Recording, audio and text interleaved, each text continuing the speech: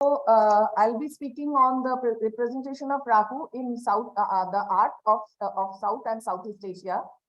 So as sculptures are the medium of they are the significant medium to understand the artistic expression in the temple architecture of India and Southeast Asia, and among the diverse truth and understanding worldwide, the extended repertoire of images they developed reveals the commonality of the divinization and personification of celestial bodies, and also the abstract concept which are set in the minds of the common people. So here the images of the planets developed from dotted charts of divine beings, each and has an individual personalities and physical attributions, and they find their places within the Hindu and the Buddhist pantheons. Yet in the tradition, they are not so much distinguished, but in contrast to other deities of the higher cycles like Vishnu and Shiva, and many others in turn to present their abstract form are found in both Brahminical and Buddhist concepts. So one such lord is Rahu, who comes from the Sanskrit root Raha,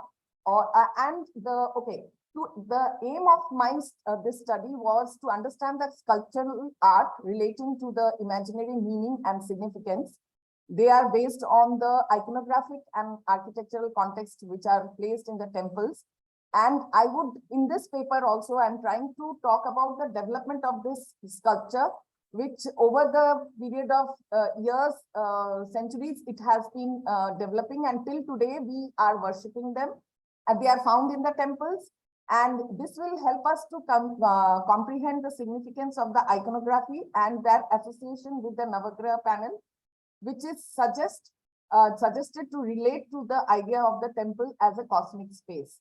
And the name Rahu, the name Rahu comes from the Sanskrit root Ra, which means to take hold of or to grasp. And it is very similar to the meaning of the root Graha, to seize, to grasp, or derived from Graham. In early Sanskrit literature, the word Graha was applied for hostile spirits who would possess the minds of the people, like especially the children. And later on, it became one of the 9 celestial bodies in Hindu text, and also the king of meteors as a part of Jyotish Shastra. So they were first mentioned in Mahabharata as a planetary deities, and its representation it represents the accession in the moon in its processional orbit around the Earth, which is referred as the north lunar node, along with Ketu, and which is a shadow planet and causes eclipse. So like they did not have any physical existence, but their status of this planet was very much in vogue from the ancient times, and because of its strong influence in astrology. So Rahu and Ketu are the 2 lunar modes which are related to Indian mythology from Samudra Manthan, which played an important role in the Indian astrology. And also, like, as an individual's life, depending on the person's birth star and its position, which is there in their individual birth chart also. So they are generally believed to be a malefic effect on a person's life, but it also gives beneficial effect on the individual persons based on their positions in their house of chart. So these are 2 beings which are associated with number of astronomical and meteorological phenomena. So according to, we have many sources, like literary sources especially. I will talk about the Samudra Manthan. Like, according to mythology, he can be traced back to the time when the Devas and Asuras were churning the ocean for Amrit. And when the nectar was finally, it was out, there was a dispute between the Deva and Asuras, like who will be drinking the nectar first. So Lord Vishnu, he disguised himself as Mohini and distracted the Asuras, and he distributed the nectars among the Devas. But one of the Asuras, that is Svarbhanu, he noticed this and then disguised himself and stood in the line to gain the nectar.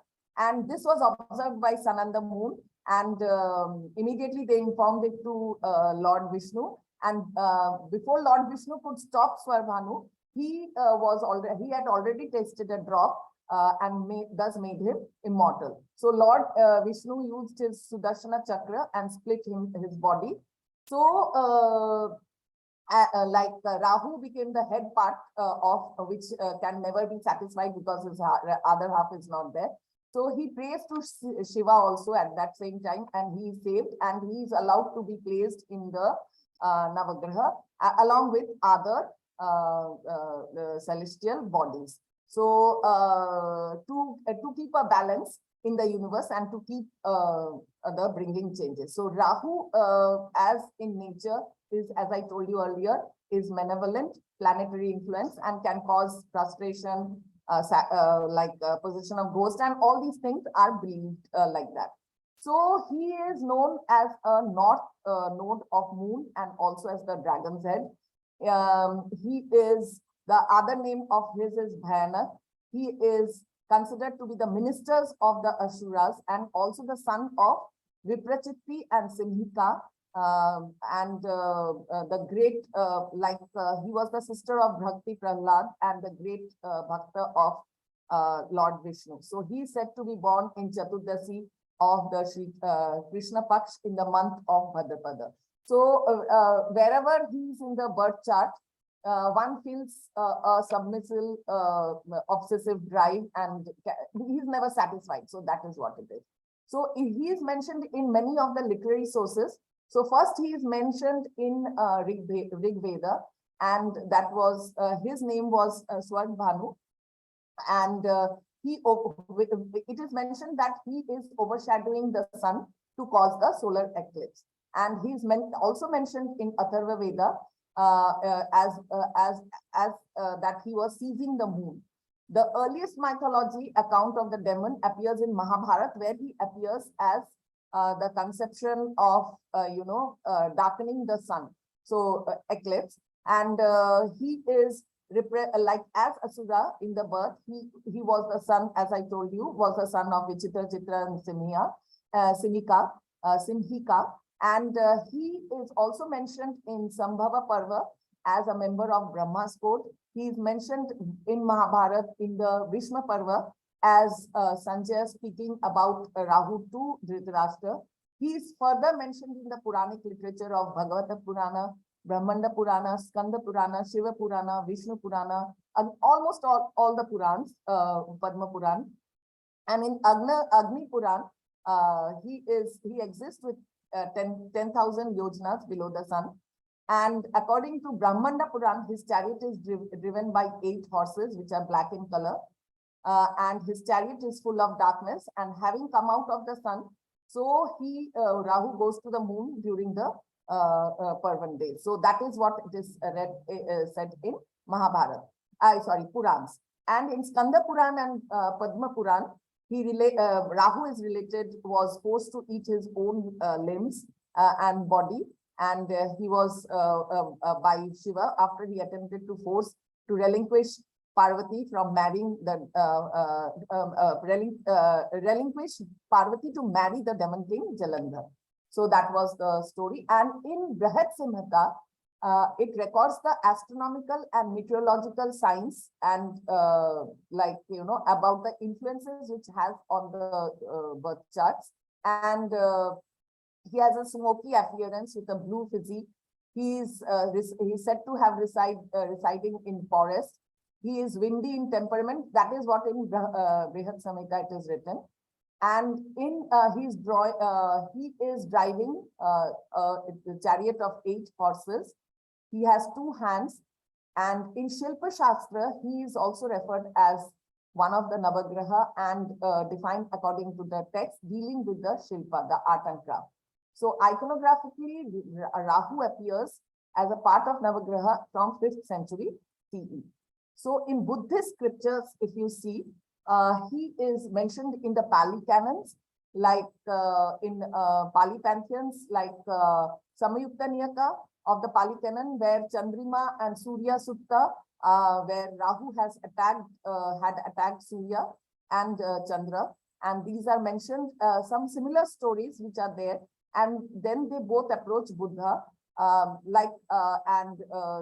Buddha responds by enjoining Rahu to release them, and which Rahu does rather have their head, then have his head split into 7 pieces. So that is there in the Pali canon.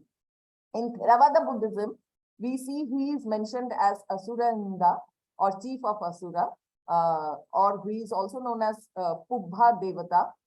He has full, completely gigantic body, and was not cut into half by Vishnu. And but in Theravada Buddhism, he is not regarded as evil. He is more of a mischievous, ignorant, intolerant kind of character. And yet in Asura Ninda, he also acknowledges Lord Buddha to be superior and take refuge in his triple Triratna, that is triple gem. And he is always there in the at the beginning, at the entrance of the Buddhist temples. So then in Nikaya and Mahaya Sutra, Rahu is consistently mentioned as one of the most powerful lords of the Asuras. And as is mentioned in Chandrima Sutya and Surya Sutya. And Rahu is also mentioned in Tahana, in Maha Pragya Paramita Sutra, and where he is, once Buddha was dwelling at Shravasti, and Rahu, king of Asuras, was blocking Chandrima, the Devaputra, and there was full of terror, and he had to take refuge at the feet of Buddha. That was the story. And Rahu is the name of Danava, Danavendra, and is attending the teachings of Buddha, which is written in Manjushri Kalpa in 6th century, and which is the largest Kriya Tantra. And he is also was taught by Buddha Sakyamuni in presence of a large audience. So Rahu refers to planet Rahu, and with his, in Heruka Mandala also he has been mentioned as he has 17 faces and 76 arms. So that is the Heruka Tantra. And he's also mentioned in Mahagrahas like Manjushri Mula Kalpa. He is mentioned as one of the planets commonly depicted in Buddhist iconography. And also in Nipana Yoga Vali, where he is also mentioned in the sculptures as a reddish blue color. He holds 2 hands, the sun and the moon. That is what it is. So according to Shilpa Shastra, he should be known and seated on a Simhasana, depicted with 4 arms. And he is shown sometimes seated in a Sukhasana posture without his lower limbs, of course. His right hand holds Kataka Hasta, has a Kataka Hasta, and another hand sometimes is placed on his head, sometimes it is also in Varada Mudra. And Vishnu Dharmottara Purana, he should be shown as seated on a silver chariot drawn by 8 black horses. And in his right hand, there's a book and blanket. So different mythological stories depict different things. So here I'm going to show you the development which took place in the ancient times. Initially, he first emerges in the sculptures of the Gupta period. And initially, only 7 deities were shown on the planetary plane. He first appears in the relief figure of churning of ocean.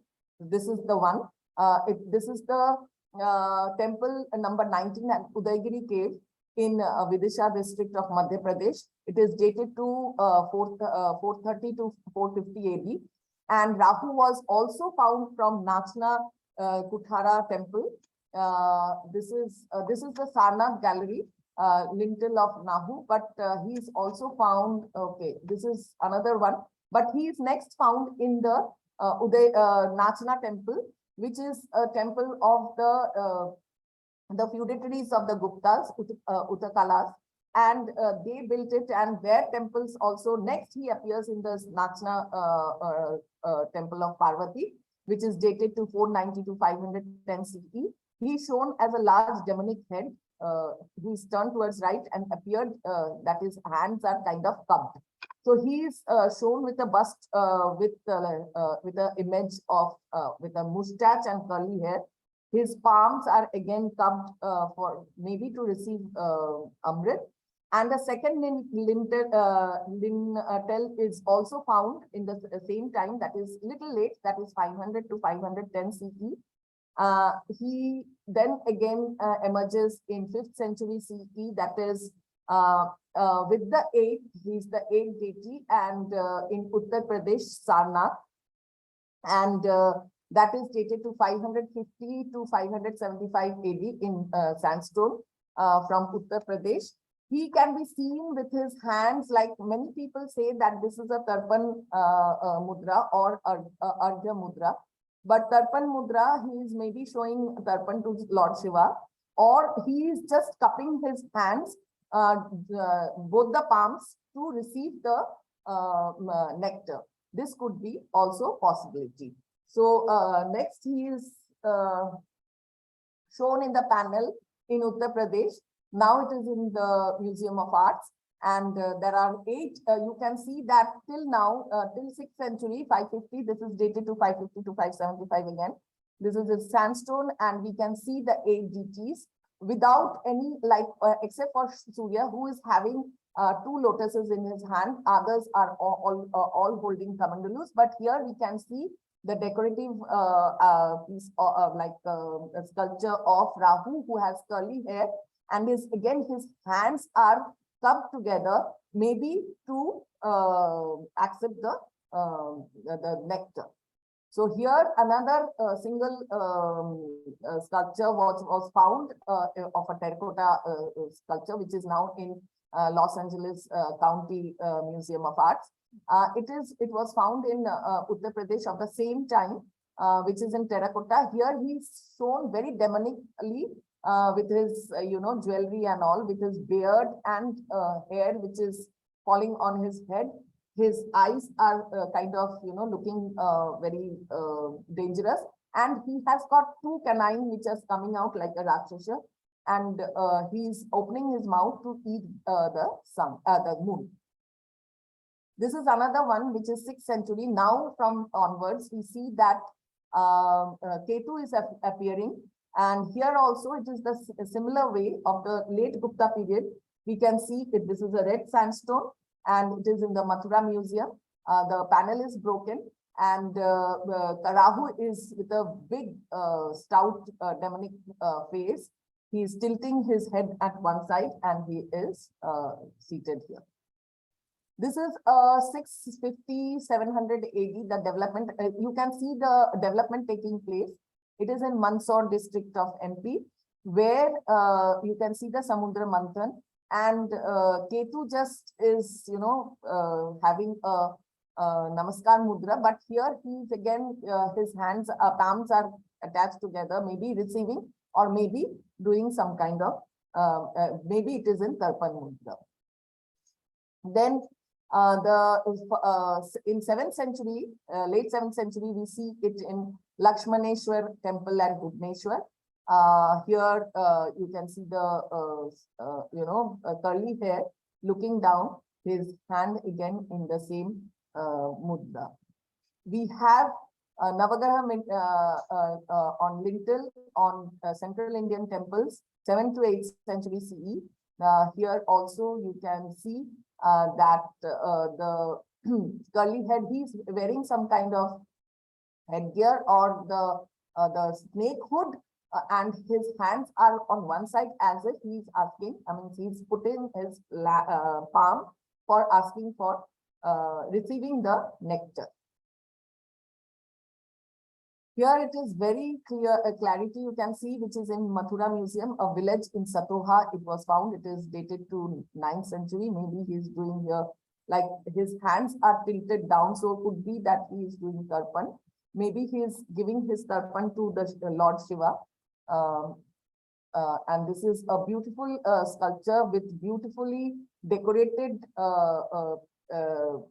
jewelries he's wearing, necklaces, armlets, bangles, earrings, and also some kind of beard and mustache also.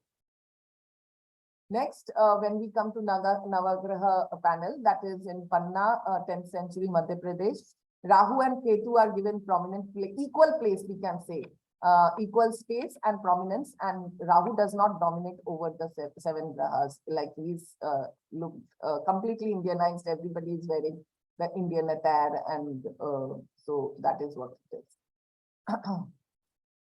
So this is 10th and 11th century. Again, now a different feature is coming. This is the early Pal period, where we can see decoration panels are coming in, and here he is with the Tarpan mudra, or the hand which are come together, has now he is holding moon here, the crescent, and he's here also. He's been seen wearing jewelry, and there is this snake hood on his head. This is another one from 10th century from Baswara, Rajasthan. Again, this is the Samudra Manthan, and he's shown with all kind of jewelries and all. Then this is the Pala panel, which belongs to, and you can see the beautiful decoration which comes up during the Pala time. And right now it is in San Diego Museum of Art. This is 11th to 12th century AD.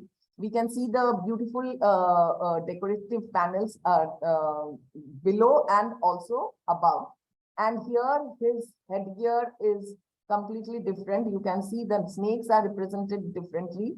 His hands are holding the crescent of the moon. He's wearing a necklace which is completely different. Here Shani, all the, you can see all the celestial beings are in a Tribhanga pose, like they are holding their weapons also now, and they are in a Tribhanga pose. This is another one, which is, as you know, Bengal, Bihar, and Bangladesh today has lots. And today also, when people are going for exploration, they are getting these kind of panels which are lying on the banks of river Ganga, and which are the ruins, which are from the ruins of the temples, which are no more now. And but all these sculptures are lying there.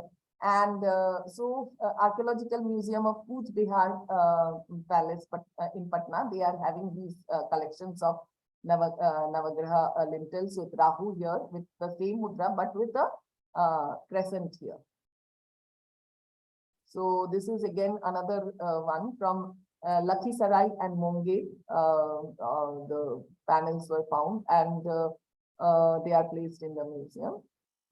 This is 11th and 12th century. See the beautiful decorations of the panel here, with very beautifully, you can see prominent position. Rahu is holding here with a big face, demonic big face, very calm kind now. And with the snakes, the snake hood is represented very differently, with a very elaborate style. And he is having his, again, the same, somebody calls Tarpana Mudra, somebody calls that he's cupping his hand to accept the nectar. Next, we see the more elaboration and different niches of panels were made for each and every grahas. So this one is from Konark, Puri, where we can see his face is a very demonic stylized, with he's holding moon in two different hands, and he's having this two canine teeth is coming from two different sides with a big mustache. Is like typical how we say about the Rakshasas, like you know, big protruding eyes. A beautiful sculpture with beautifully decorated jewelries. He's being seen, and in a panel which is carved out differently. Different stones are carved out for each and every being, each and every celestial being. So in Buddhist scripture, he is half black, half body, and is depicted as following the sun or the moon. And with the same mythology, Rahu is pacified by Lord Buddha, and he first appears in Cham dynasty in Vietnam in 7th century AD, because as you know, the traders and all merchants and other people were migrating to these places. They were settling down, and we have the influence of the stories of the mythology, which also had spread to these places. So the same lintels we can see there in the Southeast Asian regions, and he's worshipped till today.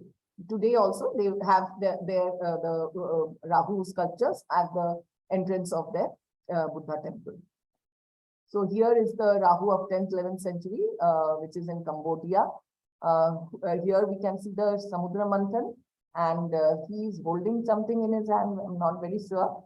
And his hands are raised up, maybe the Kataka, and the other hand is not seen. And he is having curly hair and big mustache.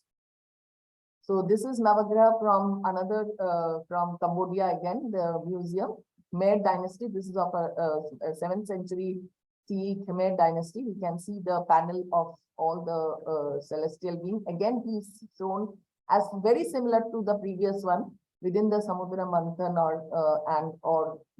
and his hand is holding Kataka. And here, for the first time, we see that he is shown with the in the Pala period. Of course, he's shown with the I forgot to tell you about it. That is in Pala period.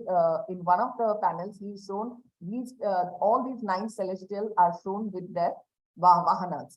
So here also you can see in Vietnam Museum today, which is dated to 10th century, we see the vahanas which are down below. And this is in Tibet, where Tantraism had come in, and the sculptures were inlaid in copper. So this is of a very late period, that is in 15th century sculpture. This is the one which I was talking about, a temple with the lintel, which is dated to very late period, maybe 14th century, 12 to 14th century. They are all riding their vahanas. You can see that. Now this is a modern modern statue of Rahu, who is shown in half. Here is the Samudra Manthan, and these statues, means these sculptures or icons are found in almost all the temples of Thailand. This is from Thak Sok temple in Thailand, and where Rahu is in a black black skin with the golden sun or moon in which he is trying to eat. So in the modern days, we have them all over India, like all over India, from Assam to Assam to Gujarat, and from down south in Tamil Nadu, Kerala, to up in Himachal and Haryana. All these places we have the importance of the Navagraha, which were there in the ancient temples. In Tamil Nadu, they had started from the Chola period, and it is very popular. Worship there. We have many temples today also. They are being dedicated to the Navagrahas, which is found from Maharashtra, Tamil Nadu, Andhra Pradesh, and many other places. So what is the significance? Artistically, the sculptures are represented beautifully with regional influences were there. Then they are the Kaketu and Rahu are called the Chayagraha, and they are the descending nodes of the moon. They are believed to be both benevolent and malevolent in nature, and they are, which depends on the position of the person's astrological birth chart. He is considered important part of astrology by the people, which can create some kind of problems in their life. And these Navagrahas are also worshipped in the other side, like by the people, for good luck and to overcome all kind of adversities. And in Buddhist pantheon, he is believed to be the protector and worshipper, worshipped in all the societies, and they are always put at the entrance of the temple in the modern times. One factor of the existing of Rahu in Buddhism was the multicultural community that integrated beliefs in Buddhism and animism, which finally led to Rahu worship ceremony for peace and calm. Then the development of these can be seen from the Vishnu Varaha temple at Iran, which I have told you, and then it was developing slowly. It started with seven sculptures, then came 8, and then in the later it was 9. Then his 8 planetary deities were depicted, and Rahu, Ketu came in the later period. During this time, Rahu was added in the depiction of the planetary deity. The ancient Indian texts describe the forms of grahas and the importance of worship as individual deity as well as in a group. And during the earlier medieval period, the use of panels with Navagraha as temple architecture members developed generally. And they became quite extant in all over India. And the Navagraha worship in India rose to popularity. Even today, they are worshipped all over across the country and also in the neighboring countries. So existence of regional variation does appear in the iconographic style and this cult which developed over which had regional influence on them. Thank you.